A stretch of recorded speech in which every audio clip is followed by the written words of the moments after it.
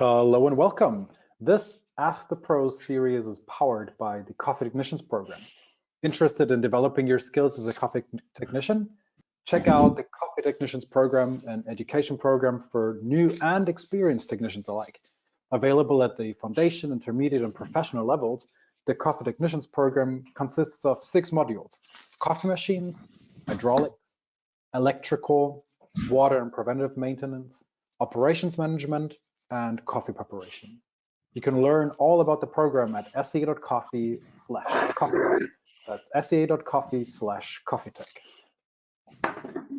Thank you, Richard, and good morning. Today's episode of Ask the Pro is going to be equipment sales and support. Highland Joseph, myself, Caleb Leach, and Kurt Benedict, all old pros from the service business. We're going to discuss why you should sell machines, should you sell machines, and other questions that you might have with warranties, preventative maintenance, and the big mission critical one, installs. And hopefully you'll get some good stories out of us. Welcome to Ask the Pro series. This is the 4th season. I was actually just thinking about, I went to an install and they didn't actually have electricity. They said they were ready. They filled out the checklist and I walked on site and they didn't have electricity. Okay, I'm done. We're committed to presenting these episodes throughout the year, so save Fridays at 8 p.m. Pacific Standard Time for the Coffee Tech Guild. PM. And our usual disclaimer, this presentation is for informational purposes only. The views and opinions expressed in this webcast are those of the presenters and do not necessarily reflect the official policy or position of any aspect of the Specialty Coffee Association or the companies the panelists may represent. So let's get started. Let's start with the icing on the cake. Expo Boston 2022. How was the experience and what was the coolest tech you saw? We'll start with Kurt. Great experience. Had a lot of fun, met a lot of people, talked to a lot of people that I hadn't talked to before. The coolest thing, I really have to say, I loved seeing that Duval espresso machine. That thing is so cool. The motors just running in the back are amazing to watch. Yeah, I mean, we spent a lot of time there. I really liked the concept behind it, but I talked to a bunch of techs about it. What? We said machine name. We should have said the Life machine. So we can't edit that. So everybody ignore that statement. And what else was there?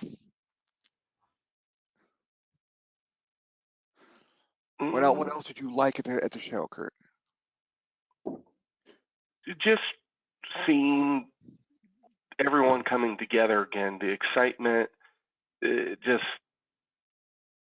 is what I liked. Yeah. There were a couple new cool brewers out there that I liked that I kept watching.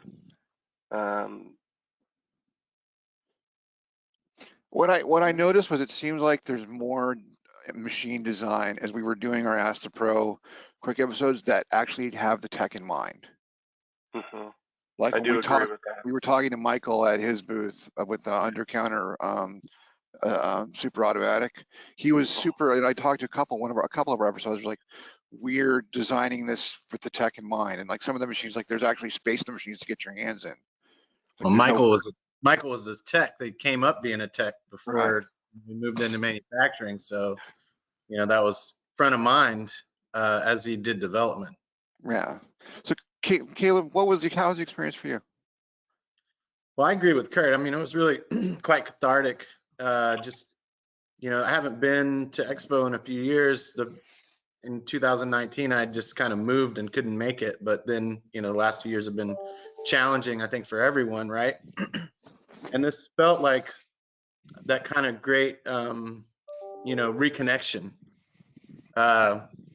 And, I didn't realize that it was going to get to me like that. I mean, it was a pretty emotional experience just to reconnect with all the coffee community. And I wasn't expecting to have all those feelings when I went, but I did. So I think, that was number one, right? Like, wow, we finally, are getting to connect again in a way that we haven't really got to in a long time. And then, gosh, the innovation, like you were talking about in the last few years, has been pretty wild. The sort of single, not bean to cup, like coffee brewers that were there were pretty interesting. So that's some pretty new kind of technology coming out at us with like multiple hoppers, so you can have different, different bean types or blends, single origins. That under counter, that one really stood out, but also some of the smaller stuff, like there was this automatic tamper there that you kind of just put on the portafilter and it tamped to pressure, and that thing was super cool. I mean, it's small, compact, battery operated, it's set like on a similar to like a new iPhone charger to recharge, so you could sit there and charge it when you weren't using it on the counter. That thing was pretty rad. I also noticed that there was a lot of innovation around bigger batch cold brew, and it could have been there before and I missed it in the last couple of years, but it was stuff that I hadn't seen yet. I don't think it was as popular yet. No, some stuff in 2019, but there wasn't anything really innovative.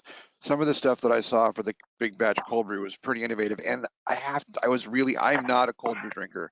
I was really impressed by the quality of some of the products that came off of it. Like they were using not the best beans, they were using not great beans, but the quality of the product with the extraction was fine. It was actually excellent. Yeah, and I think you could just see there were a lot of new innovative products pretty much from everybody. And they seemed useful, not just like innovation just for innovation's sake. Like they had purpose and meaning that I think will affect the marketplace. So, it was really great to see. But again, I think for the most part, it was just like me getting to reconnect with the coffee community again was my biggest takeaway. That was amazing. Yeah, I would agree. It was an emotional experience for me because we're so involved with this community and not seeing everybody. Anne said something really funny. It took about an hour to go down each aisle because we would stop and see so many people. Yeah. And it's actually true. It's like I tried getting down the aisle the first day. It's like I just kept getting stopped, and it was really a great feeling. We have Richard. I'd actually like to hear from you too, Richard Stiller, about what you thought the experience was. Was this your first show, and did you see any cool tech? Richard Stiller is our welcome to Richard Stiller. That's my face, actually. Yeah, I think Caleb, what you mentioned that really resonated with me as well. Like we've been on this, for a couple of years now, and we haven't had the possibility to meet in person. And this reconnecting was definitely my number one thing for Expo. Yeah, it was just really nice meeting you in person, meeting you in the same room. Hi, Link, Kurt, Caleb, right? We haven't met before. And that's also thinking about, talking about what's coming up. Definitely like with Milan in June. If you have not been to Expo or World of Coffee, of course, I'm representing also the SCA here, but it's like, check it out, come join us, because I think just being there is this whole presence feeling again of, yeah, we're part of this community, right? We're not all alone in front of our laptops or these online conversations, but there's a lot of people super passionate about coffee, about tech, about equipment out there, right? And we can connect and get together. I think that was really, it's a good vibe, a good energy that comes from those meetings. Yeah. Richard, you bring up a really good point, because before we really only tried to connect in person, and that made it very difficult. And then we learned how to connect virtually, which then brought us all together, but not in the same way. So I think now we have this space where we can connect more often remotely, and still try to plan to be in person occasionally. So while we haven't, while that was great, I think there's some huge opportunities, or not opportunities, some great connections have been made through this virtual world that I don't think we ever would have tried to do before, which is also a huge plus in my mind. Massive plus, to that point, I think it also makes the connections much more meaningful. Yeah. When you're finally reaching out to somebody, because you're talking to them. I found that people that I chat with weekly, it was like, finally like hugging them and saying, man, it's great to see you, and shaking hands. It was really nice. It was a nice feeling. Yes. Okay, you guys ready to get started? Yeah. Bye, Richard. Bye, Richard. Episode of TikTok. Wait, there you go. So the first question, and this is a question that we discuss on our content group quite a bit, is why sell equipment? As a service company, Why do you want to add equipment to your product mix? What's the benefit of it? And then what are the difficulties? Both of you have run service companies that sell a lot of equipment, and so have I. So I hear stories. Actually, one of our guests said he wouldn't come on because his feeling was he didn't want to sell equipment, and he didn't want the manufacturers to know that was where he was headed. So why do you want to sell equipment as part of your mix with your service company, Kurt? Couple reasons. My first one is bluntly to offset certain costs. Getting that extra cash coming in from machines helps offset costs of having, nicer vehicles or providing better insurance for my employees or just whatever you could think of. But the other reason I actually really like selling the equipment is so I truly know what equipment my customers are getting. So it's not going, well, I bought this offline. What do you think of it, Kurt? It's like, well, no, they buy it from me after I've refurbished it or after, I'm getting them something new, and I've kind of helped go, this is a good piece of equipment. This is something that you can grow into, not something that you're already grown out of. And that, because that's the biggest one I run into, and I'm sure both of you can speak to that, is if someone, hey, I just bought a brand new piece of equipment. Oh, that's great, but you're already too big for that piece of equipment. You can't, you need something bigger than, a single group, whatever. You need a 3-head machine now. So why do you buy a single? And it's a hard conversation to have with your customer after they buy the wrong piece of equipment. So do you feel like when you're selling equipment, and I'm going to ask the same question to you, Caleb, that one of your biggest difficulties is actually your customer understanding what you're trying to sell them? It goes back to your point about the 1 group, 3 group, because you could be talking a $15,000 difference in your budget. Yes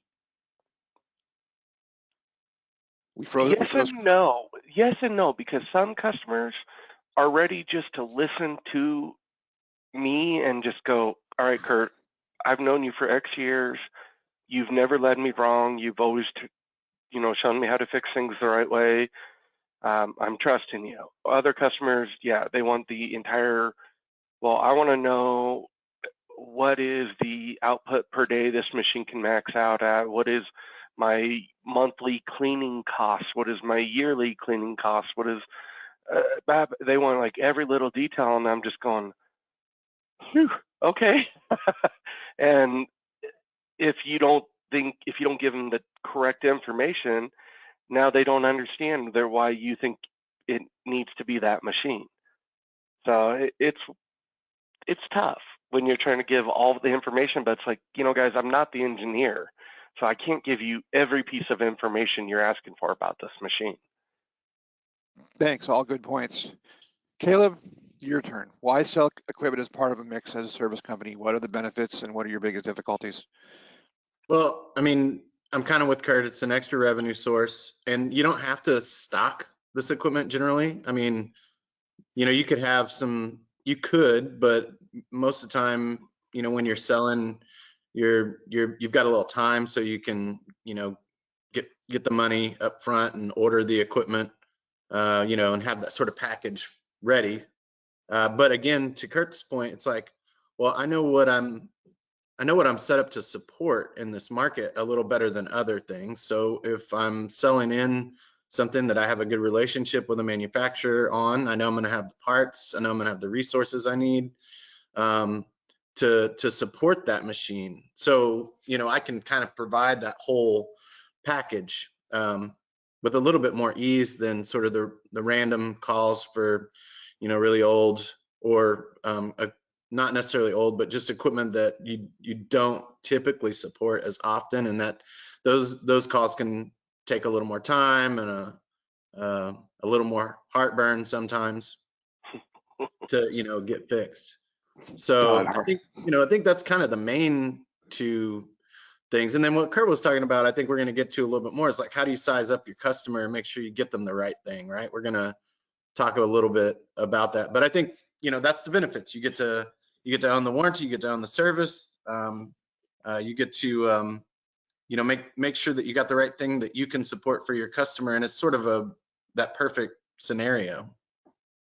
So before we go on to the next slide, is there any benefit to aligning with specific companies in selling their equipment, or do you want to be a free for all and just buy whatever you can buy?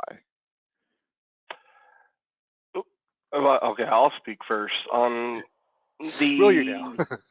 Of course, I guess. No, you want to be able to sell pretty much any of them, I think, because you're always going to have that person that comes across and says, well, I want brand Z.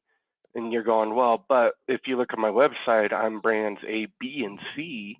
I don't, but so if you sell those couple major brands you pick that you know that you trust and you have no problem selling because you, like, once again, I said trust the brand, it's easier. But then you're always going to have that one customer that will fight you, that wants something oddball type piece of equipment, so you might as well just sell it to them. And just kind of the way I think. Caleb? Yeah, I think I struggled with that for a long time, and I tried to meet customers where they were at as much as I possibly could. But the truth is that there are some things that just I couldn't support, and so I told them, I was like, look, I'm not going to sell you that just because I can't support it from my end, and I'm not setting you up for success or myself if I sell you that particular thing. Here's an option that's very similar, that we could go with, and I feel comfortable. Now, that doesn't mean you can't go buy it and I can't try and support it, but I'll tell you that it's going to be challenging, for us. So it really just depended. And then to answer the first question, I think you ought to be set up with multiple manufacturers so that you have a catalog that you can offer to customers that sort of meet all the different, scenarios that you'll find yourself in. So I don't want to sell yourself short and just be like, oh, I only sell this one manufacturer. But there's just some stuff out there that, at least when I was doing it, that I didn't particularly want to push because I knew it was going to end up getting me in hot water later. Right. So kind of a big question is, by sort of shopping the supermarket, do you lose cost efficiencies? Like a lot of times what we see is manufacturers pricing for exclusive use. Do you lose cost efficiency of that, or do you book the difference in pricing into the actual package? Caleb? Oh, wait, can you ask that question again, Highland? I think I kind of lost By not aligning, there's always, like in the restaurant business, buying 4 mil hot dogs gets you 10%. So do you lose the cost efficiencies by just selling everything, or is there an advantage of having a relationship with specific vendors, a cost efficiency relationship with specific vendors? Oh yeah, I mean, and I think that's something to negotiate. If you start selling a lot more of a specific manufacturer, you say, hey, look, I'm really like pushing these. What can you do for me on, my costs, so that, maybe you get a little better deal because you're buying, more. And so I think there's always a benefit there. But again, you got to build that in, right? Like, Right. you don't trust something you like to sell that, and maybe that's your main offering, but keep, you want to keep everybody, you want to be able to have a catalog. So that's multiple Right. manufacturers. You just got to balance that the best you can. Kurt, your thoughts? Know your marketplace. It's hard because I don't necessarily want to sell something just because manufacturer will give me the best discount on it. It goes back to what I was saying. I pick brands that I really believe in and I'm willing to back easily. Yeah. But that also is because it makes it easier to sell. If you believe in that brand, you can sell it 10 times easier. So to me, I don't want to look at the discount that the manufacturer's given me as much, because I try to make sure also I build in my added on values of, well, hey, guess what? Now we need the RO. Now we need the PM service. Now we need to upgrade other things.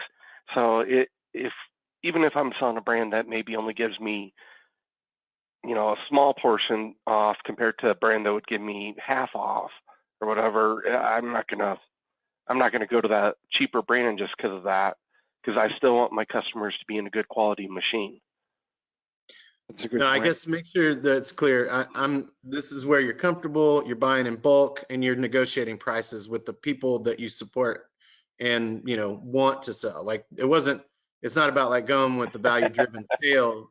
It's not a value driven sale. It's just like making sure you negotiate those terms as you begin to sell more. You never know. You don't know you're there until you ask. And that's kind of been my Very true. philosophy in life is, hey, I feel like I've sold this many of this particular, machine this year. What is it? How many do I need to sell to get an extra 5% off so that I can pass that on to my customer and be competitive in my marketplace? It's not a value. It's not value driven sales, or at least that's not the perspective I wanted to put out there. Yeah. Okay, so let's on to the next slide, customer assessment. Actually, Caleb, you did a killer job with this because I never even considered style and training. I Oh, don't budget and volume and system. So let's go through this. Let's actually talk about volume. How important is volume? Is figuring out what your customer's potential volume is in terms of helping them buy a machine. Caleb? I think the saying I've always tried to communicate is, want to build the church for Easter Sunday, right?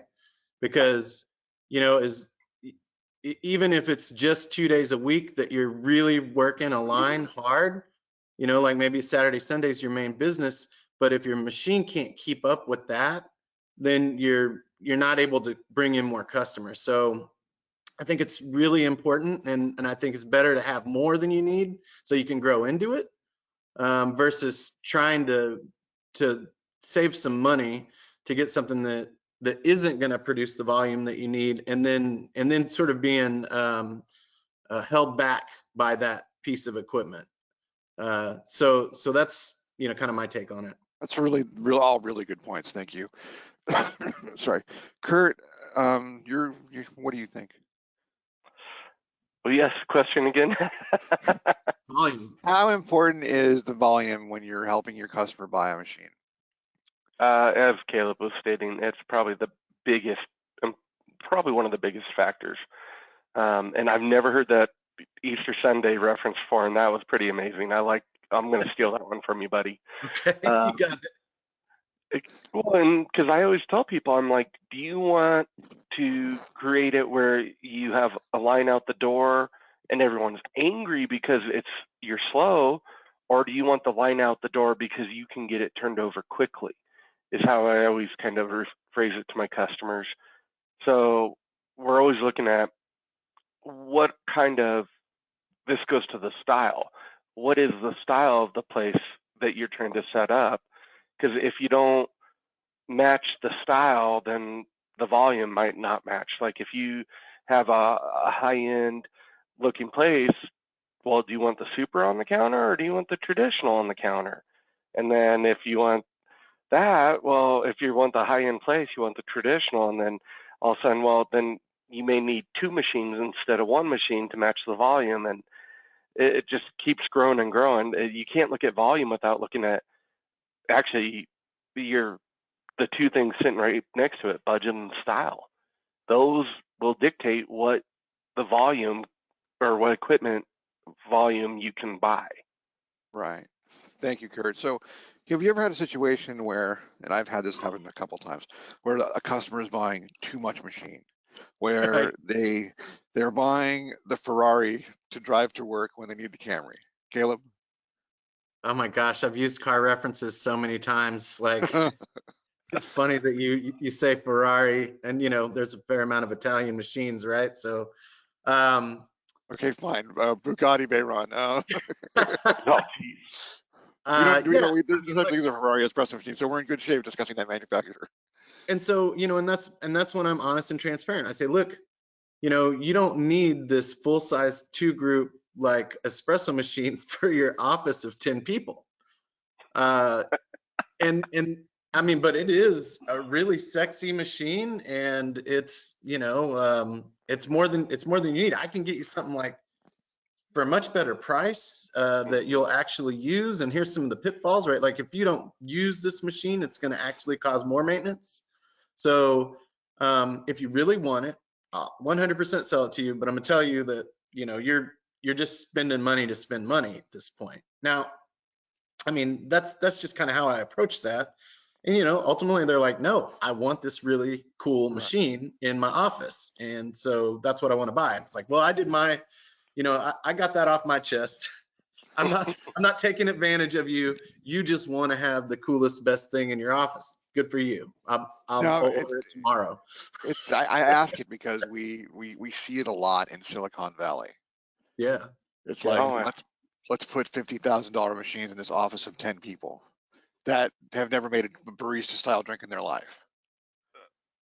It's like, you know, Yeah. do a good super automatic. It's like, well, let's do, you know, this Ferrari style machine. It's just like, they're never going to use the paddle. They're never going to use the temperature. It's like, so Kurt, what do you think? Yeah, I'm actually 100%. I've seen it way too much because I have it up in Boulder County. You know, big tech firms just like Silicon, where they're putting $15,000-$20,000 traditionals in, you know, 10, 15 person offices, or my favorite is like a $30,000 super that has milk, has syrups, has chocolate powder, has everything. Will make every drink under the sun, and it's for like 5 drinks a day. And I'm going, you've got to be kidding me. Why would you? Why? And then, like Caleb said, I'll air over my concerns and say, you know, you don't need this. Let me put you in a much smaller machine that will be what you need. And they just go, nah, that's what we want. That's what we're getting. Or they'll Yeah. go, we want 4 of them because we got to have one on each floor. And I'm going, you do realize the cost of that? And I'm going, whatever. Aired my concerns. Now it's your choice. No, I have a similar experience where I have a local company, one of the bigger Silicon Valley companies, that after 4 years, they just traded their $10,000 espresso machines out for brand new ones. And they were pristine. They never got used. They just, well, inventory and budget, we need to have new machines. It's like, I was blown away. It was a $70,000 tab. It's like, you know, you're always faced with the ethical thing. Well, do I take the sale, or do I say, hey, this isn't, you don't need to do this. It's like, So I I would I would work in a trade-in value for their machines, and then I would take those machines, refurbish and resell or rent them, you know, or use them as loaners. That's how so I would the, approach that. oh yeah, Huh? yeah, it's a good, it's a good way to think about it. So the fourth one is training, and this is actually a big question for me. Is you see all the machines with pressure and temperature control and paddle machines. As the service tech, how important does training become? How important does training become as part of that machine? Because here's a machine that has all the bells and whistles, but what's the responsibility of the service tech to say these are all the bells and whistles that you can use?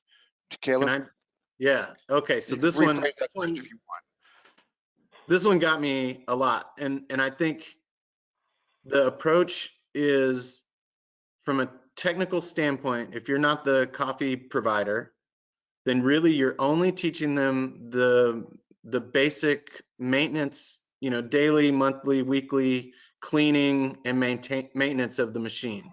That's all you're teaching, because if you go in and teach coffee and then their coffee provider comes back and says that's not how we do it, then you've kind of put yourself in a weird situation. So you know, if you're doing training for the coffee provider, great, then you can go into like drink making and everything else. But ultimately, the training sort of is your basic maintenance and what you need to do to keep the machine running on a regular basis. That's my perception of what that looks It's like, a and that great can point change a about, little bit, no, huh? it's a great point about the coffee provider though. Yeah, Kurt.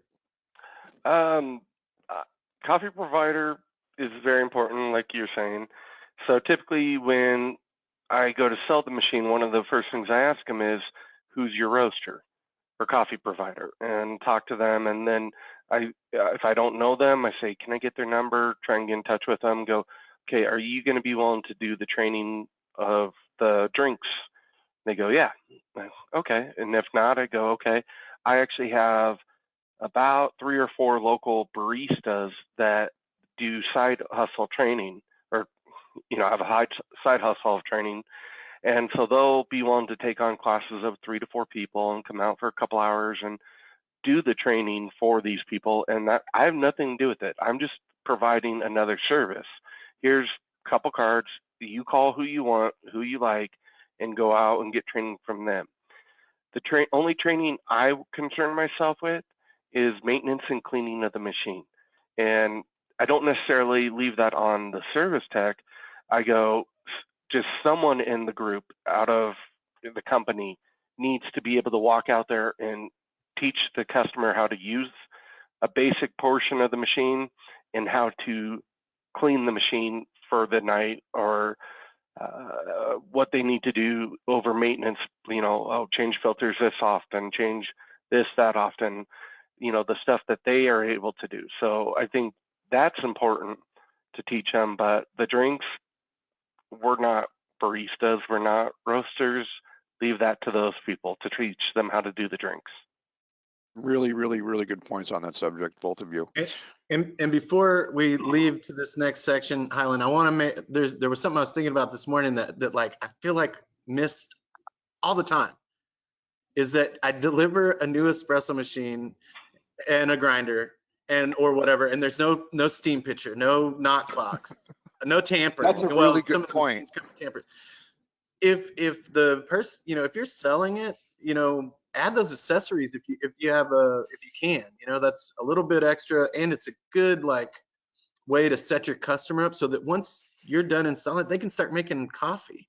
Because it sucks to have this pretty new thing on the counter and then coffee there, and then you don't have a steam pitcher or a tamper, or the other tools you need to make coffee, or cleaning, whether it's tablets or powder, those, that should be the sort of accessory package that you can add on to a sale, and it really makes the customer happy. That's a really, really good point, is the add-ons. There's a lot of people will actually miss that. I see service companies missing that all the time. Kurt, you have a comment? I'll bring up one to you. So in my install van, so we actually have one van that just has is for only installs. It's no extra racks, none of that. And I have a Milwaukee pack out box, those big rolling things. Yeah. And we have tampers in it. We have all the steaming tins and push to tamps and all that.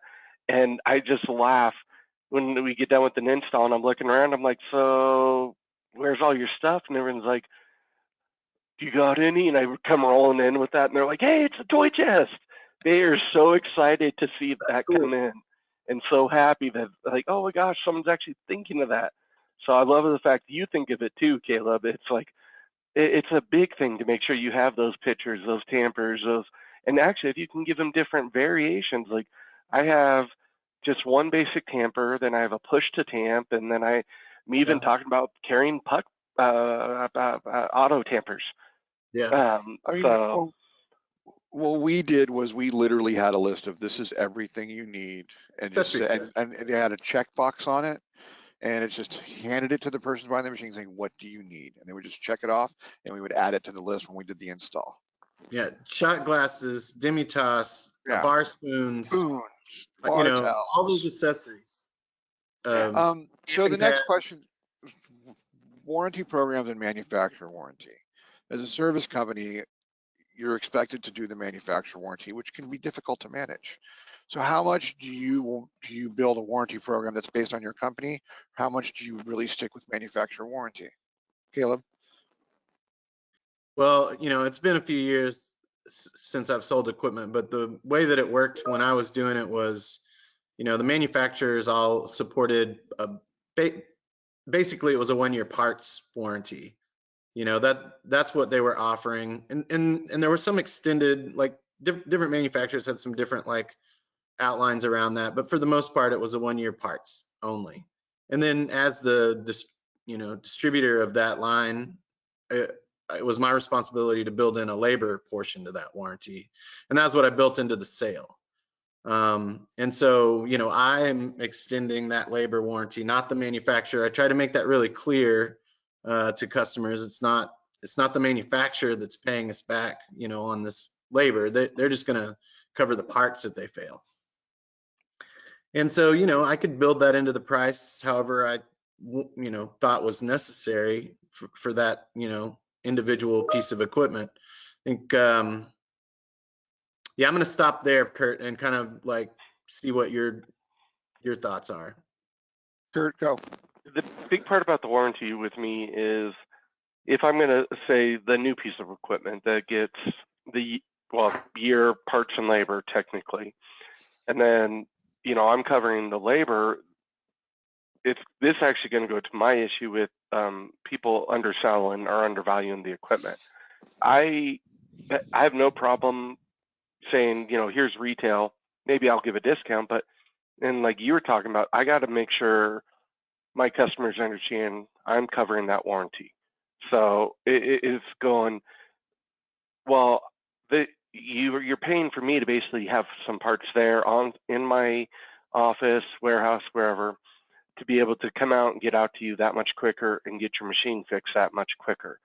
So the warranty that we're talking about goes very hand in hand with the value of the machine. If the machine's undervalued by any of us selling it, then it makes it hard to cover that warranty. And that's a big portion of it. I mean, it really is. It's like, well, why do you buy something new? You buy something new because you want the guarantee that it should be getting fixed, or it should be working the whole time, or if it has a failure, it's getting fixed for free. So, I mean, that's a very, very important part of it. With used, I actually do offer my own warranty on used equipment, but I only offer 6 months parts and labor on used. But that's because I'm also now taking the time to, anything I get my hands on, I rip it apart, clean it, replace parts needed, and put it back together before I sell it. So, I mean, I've already gone through and tried to make sure the machine's good before I'm putting my own warranty on it. So warranties are tough because there are a lot of value added to them, and we need to make sure we take care of, or people understand, when you buy a machine at X dollars, this is the value you get from that. Yeah, it's a perceptual value, because really it's what I told customers, like if you buy a new machine, you're buying that sort of confidence that it's not going to break for so much time. And then you buy a used machine, you know, it's just like a car, right? I mean, I bought a brand new car, and I, even if, you know, so the warranty is this insurance that if it does break, it's going to get fixed. But the truth be told, that you're just avoiding downtime because you bought that new piece of equipment, and it should be reliable for, you know, the first year at very least, if not longer. Mechanically, you know, if you feed it bad water, then you're going to get other problems, of bad electrical, bad other problems. You know, there's things outside of the mechanical, but without going down that rabbit hole. And then used, you know, I've done the best I could to completely refurbish this machine, put all new parts in it, but it's still a used machine, just like a used car. And you should expect maintenance. That's just going to be part of buying something used. Like that's a choice a customer needs to make, is, do I want to buy this brand new machine and have and feel confident that I'm not going to have equipment problems for a while, you know, mechanical problems, or am I going to buy this used one where it's likely that I'm going to have to maintain it more because it's used? Mm-hmm. All really good points, especially about the used equipment. So mission critical concepts, and I made this a big one too, because we've spent hours talking about install stories. So as a service company, and let's start with you, Caleb, because you've got some pretty good stories. What's the most important thing about installs? I mean, what do you need to consider as a service person about installs when you're selling equipment? Well, I really want to talk about this, but I want to make sure we go back and hit PMs just a little bit before we close out too. That's the last important. Oh, I thought it was on the other page. Okay, my bad. So yeah, for many years, I went to clients multiple times because they always tell you they're ready and they're not, and that's just the rule. you know, was something or another. It was either they didn't have the, like you mentioned, Highland, they didn't have the receptacle, so it's just wires hanging out of the box. And they're like, oh, well, let's get the electrician over here. Like, yeah, get him over here and tell me when it's done. I'll come back. I'm not waiting for your electrician to install this thing. Yeah. Or the stub out for the water isn't in, or the countertop, hell, isn't even there yet. Literally, I have gone to a location that they said was ready, and it was simply a parking lot. They hadn't even put the structure up yet. That happened, really. And I'm like, I took pictures and I sent it back. I was like, what are you talking about? I drove out of town for this install, and it was weird that they had put the parking lot in before the building, because that usually isn't how it works either. But it was there. It was a waste of time. So you know, date myself a little bit, as we all started to have cameras on our phones. I made it a requirement that I got pictures of a couple things: the water, the power, and the countertop.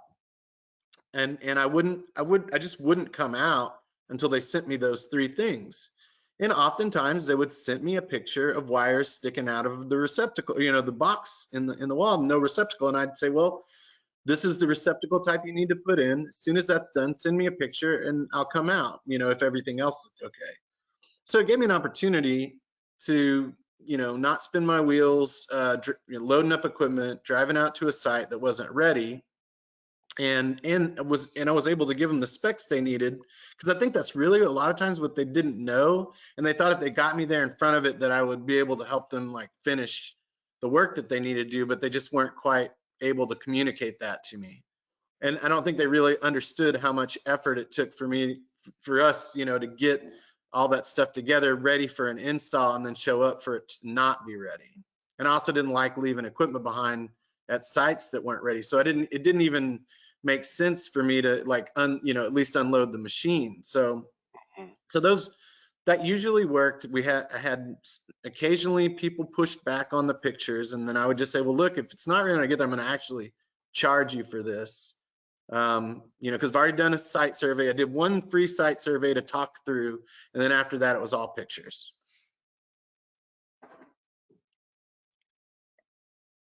Kurt, how about you? Well, actually, I have to laugh.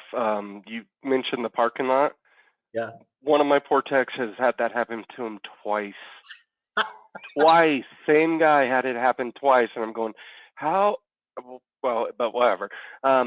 The pictures are the big thing. So, like you say, water, electrical, countertop. I actually go a couple steps further. I want a picture back from the counter. So I want to see where the overall machine's going to sit, because if all of a sudden it's somewhere they have cabinets, well, what if I have a tall super auto that can't fit under that cabinet? I don't want to wait for them to pull the cabinet down. I've actually pulled cabinets down because I was tired of waiting for someone, and they asked me, well, aren't you going to rehang? And I said, no, I'm not your carpenter, but sorry. So I asked for the picture backwards so I can hopefully see there's enough room for everything.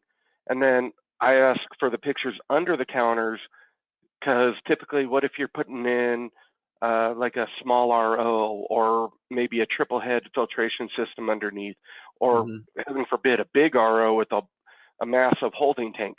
You need to know all the room. And the other part is I actually make them do a breaker picture, because I want to know which breaker it's getting, because that'd be the worst one. I've seen show up to a 650 piece, so a 50 amp receptacle, and it had a 20 amp breaker. And I'm going, nope. I just turned around and left. I was like, I'm not going to deal with that one. Get your electrician out here, prove to me that it's got the right wiring in the system too. So there's a couple things you actually, as the installer, have to be conscious about. And if us as the managers, operations, can take care of that for our installers, let's do it ahead of time and give them the safety they need, because that's also stuff. How many techs actually know to check all that? Yeah. Well, and you make a really good point. And when I was trying to do it, it was still kind of pulling teeth to get just pictures. So I forgot drain was the other one that I asked for. But you know, Yeah, oh yeah. these days you can actually send out a form, like an electronic form you can fill out on your phone and add pictures to. I mean, we do it regularly at Starbucks for installations, and you know, you can make it really easy for your customer. It was kind of harder, I think, then, but now if you send it out and you've got this like form built, Yeah. fill these things out, send me back these pictures, and then I'll show up for install. But the reason I did one site survey in person was to kind of get that lay of the place, like get the feel, so that when I saw the pictures, I could put them into context a little bit better. So I think to me, it was important to show up once. It's just a service that I provided as part of the sale. I built that into the cost, and I just didn't want to make like multiple trips, you know, if we could avoid it and not have to charge for it. All really excellent points on installs, guys, and it's also like one of the biggest problems I've had in selling machines too. Caleb, your favorite section, preventive maintenance and support strategy. Wow. So how important is selling a PM package for that first year when the machine's in prime condition? And what's a good support strategy? Because like I've always felt like, and I'll be honest, it's just like, what's the point of throwing a PM into the package if that machine should be working perfect the first year? So when you were doing sales, Caleb, how much of this was a component of your sales? You know, And how important is it? right. It's tricky because it's, you know, it's not like a one size fits all. And so you're like sizing up your customer to understand what is it that they want to do. Like, are they going to change their own group gaskets? Then I don't need to do that for them. But if they want me to do it as part of a service, like regularly, then maybe I'm coming in every 6 months and I'm doing like a 6 months checkup and then a 1 year like you know, tune up. I mean, like, you know, I'm doing an oil change and a tune up, I guess is the best way to look at it, or extended package. And you know, you've got to build out pricing based on the individual package your customer has. So it's a lot of effort to put in. And to your point, Highland, I don't think you necessarily need to do a PM in the first year, but I think you need to have the conversation and say, look, this is what a preventative package might look, you know, will look like. I could sell it in now, and I think that's beneficial. But the other part of preventive maintenance that I struggled with a lot was, you know, we'd talk about it and you know, they would be aligned, and then when it came time to do it, they're like, oh, I don't really want to spend that money now.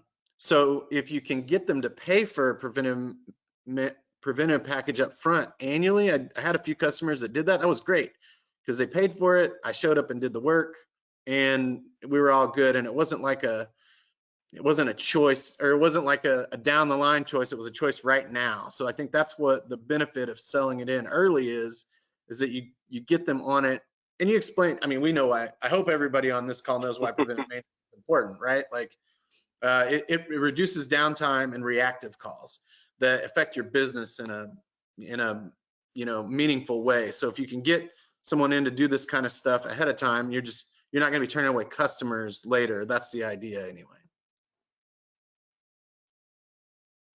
That's Kurt, how about you?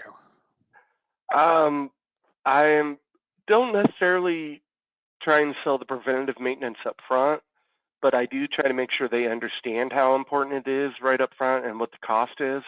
So I will tell them, you know, hey, the PM kit for this type of machine is X dollars, and there's, you know, certain machines have, with supers will have a year machine PM versus a 2-year PM, and they need to know there is a difference in those PM kits. And now like traditionals, I have just kind of a very vague price that I can typically throw out for, you know, if it's not Ferraris and Lambo type machines, I have one price, and then another one. Well, it's not because these are the higher end machines. It's because their parts are that much more.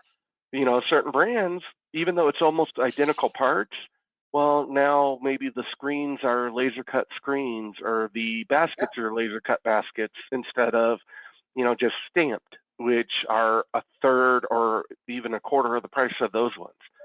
So that's why I say there's certain ones I'm able to just throw out a pretty quick price. But I will kind of disagree with you on the 1 year maintenance. I find that one to be very important so they understand right off the bat that you don't want to skip maintenance on, especially a traditional that have massive steam boilers, and how important. I can't tell you how many times I open up a machine and I see the original safety device, and it's like, guys, this is a yearly change out part to protect you guys, and you're trying to cheap out on it. So it to me, it's extremely important. And that's actually what I'm going to bring up real quick is if someone tries to pick and choose what they ask me to do on their PM, I tell them to take a walk and find a different provider. A PM to me is a certain level, and if you want me to piece it out, no, I won't do it because it's safety also. Oh, well, so I'm looking at which customers want to do some of their own screens and gaskets, that kind of stuff versus the mechanical stuff. So, how often do you want me to be in there and what level do I need to do stuff? I agree with you 100% on the safety aspect. And when I said within the first year, I don't think you need to do anything.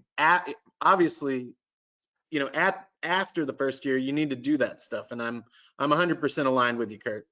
I actually, so that kind of goes back to the training. Typically during training, because, well, actually I have a video link that I just always share. Here's how you do your nightly cleaning, which is pulling your screen, soaking, and so on. And I go, hey, watch this, guys. Here's how easy it is to change the gasket if you do it every 3 months. And so most of my customers change their gaskets every 3 months like clockwork. So they're never complaining about these rough, nasty gaskets. Or I think I only have one customer that's like, well, Kurt, you only live 5 minutes away from me. Will you just swing by, change up my gaskets? And I'm like, yeah, sure. Why not?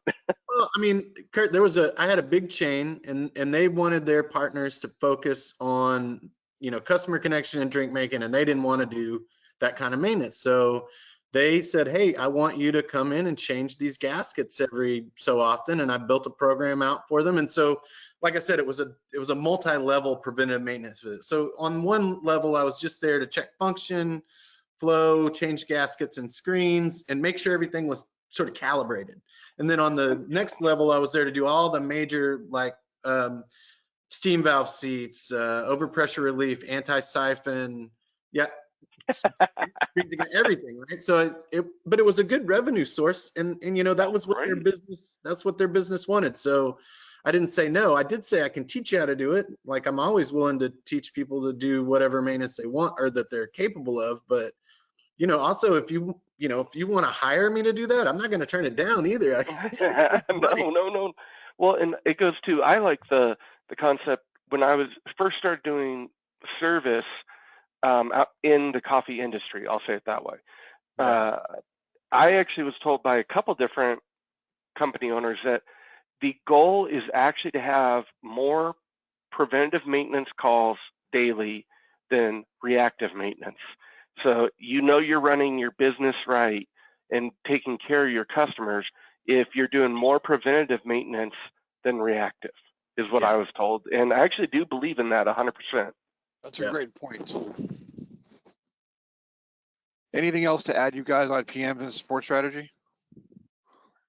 Do PMs? Do the PMs. Exactly. Pay for your PMs.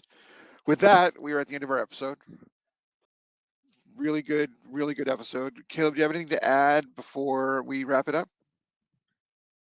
No, this was really fun. I like this sort of tech talk format that we had today, where we're just kind of like, it's kind of just like talking about our experiences and trying to share like our learnings over the years with other folks. And I'm sure there's a million things I missed.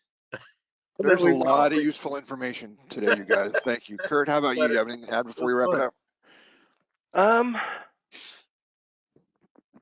I'm just going to put out to ask people, if you can buy from your local vendor, servicer, please do. That helps us out a lot.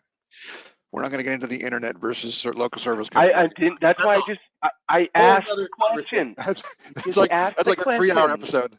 Okay, thank you guys. Next week's episode, although it sounds incredibly boring and dry, is actually pretty interesting. We talk about billing, billing and setting up your inventory system and that kind of stuff. And again, we'll have Kurt and Caleb back, and we'll have some other people here, and hopefully we'll answer your questions. Feel free and reach out to anybody on the team or the Coffee Technicians Guild if you have any questions. With that, gentlemen, great episode. Thank you. Have a great weekend. And to our viewers, great episode and have a great weekend. Reach out to us if you have any questions. See you later. Bye, guys.